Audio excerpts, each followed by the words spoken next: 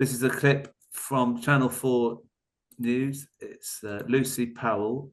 The first responsibility of any government is to make sure that we don't see the markets completely losing confidence in the way that we're running the economy. Because when that happens, when you see a run on the pound, when you see the economy crashing, interest rates go up, inflation goes up, and the value of people's pensions, the value of people's incomes plummets, and it's the poorest that pay the heaviest price for that, as we have seen in recent years. And the situation that we've inherited is absolutely dire. It is much worse than anyone foresaw. So we've had to make some really difficult decisions that we didn't want to make.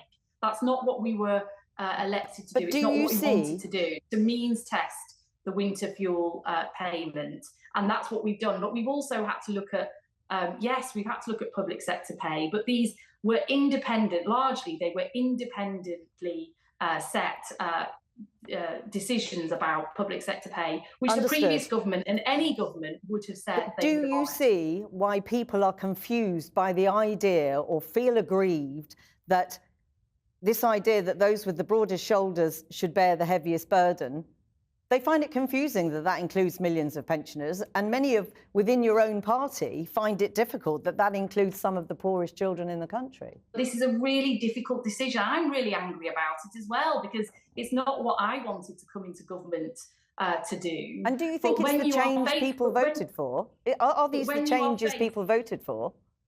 But when you are faced with the numbers just totally not adding up, that the reserves, the government reserves that are normally there for these situations, gone completely, when spending was a lot higher than the money income coming in the first half of this year, we've had to take an in-year decision about what we could afford this year to stop a run on the pound and to stop the markets losing confidence, which would have affected everybody's living standards. So it is a really difficult issue, but we are bringing about the change that people have voted for. What do you make of what she's saying?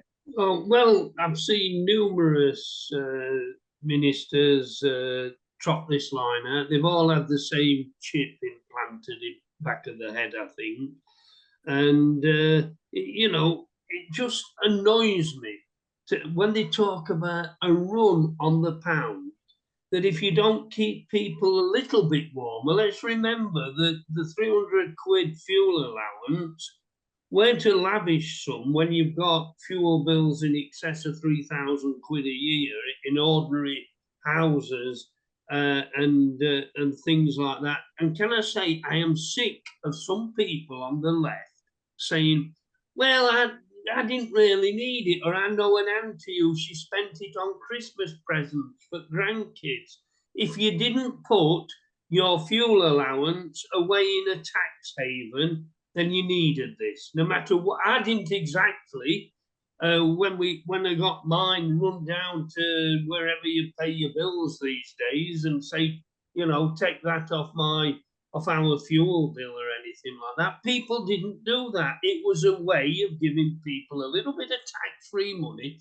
And we've always got to remember that the state pension, as well as being the lowest in Europe, is taxed. Pensioners are some of the most heavily taxed people in this country. And if you compare like for like, the savings they're going to make from doing this is almost exactly as the same amount as they're giving the Nazis in Ukraine to continue getting slaughtered by Russians. And all this about difficult decisions.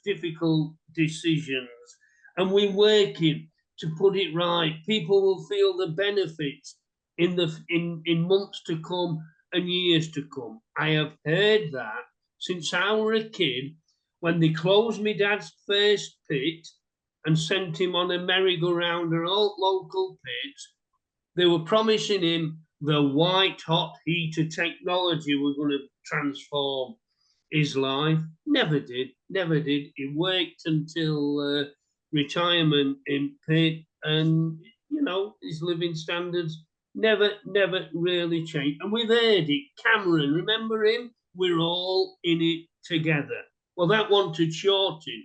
As far as we, the working class, are concerned, we are in it up to our necks in the sort of stuff that they're chucking into rivers. And as for a difficult decision, and I saw somebody unearthed a clip of Rachel Reeves from 10 years ago saying that they were going to do this when they were challenging the Tory government at the time to do it. So they've had this, they've picked on the weakest, and I'm afraid it shows the direction these people are going to go in. Bankers' bonuses are all right.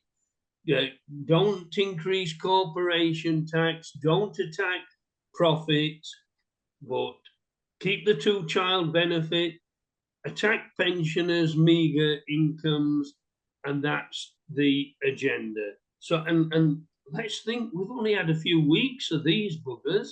It's only, and Starmer is saying when it comes to budget, it's going to get worse before it gets better.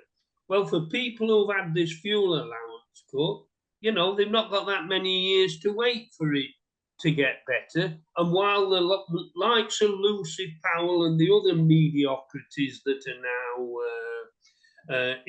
so-called parliamentarians and statesmen, while they can claim their expenses for eating the houses, while they can eat subsidised meals in the House of Commons, people are facing what they call a cost of living crisis. And working class people have always faced that.